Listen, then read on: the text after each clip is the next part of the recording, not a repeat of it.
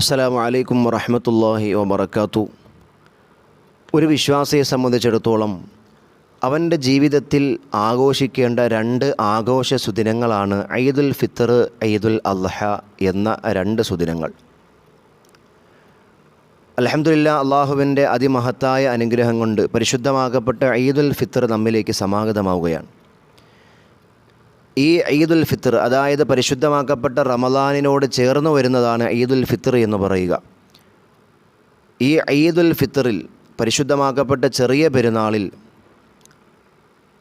പെരുന്നാൾ നിസ്കാരവുമായി ബന്ധപ്പെട്ട് ഒരുപാട് സംശയങ്ങൾ പലർക്കുമുണ്ട്. ഒന്നാമത്തെ തക്ബീറിൽ എന്താണ് ചെല്ലേണ്ടത്, എത്ര തക്ബീറാണ് പറയേണ്ടത്, ഓരോ തക്ബീറിൻ്റെയും ഇടയിൽ എന്താണ് ചെല്ലേണ്ടത്, ആ റക്അത്തിൽ ഓതേണ്ട സൂറത്ത് ഏതാണ്, രണ്ടാമത്തെ റക്അത്തിൽ എത്ര തക്ബീർ പറയണം, പിന്നെ അതുമായി ബന്ധപ്പെട്ട് ഒരുപാട് സംശയങ്ങളുണ്ട്. എങ്ങനെയാണ് നിയത്ത് ചെയ്യേണ്ടത്, ഇതൊക്കെ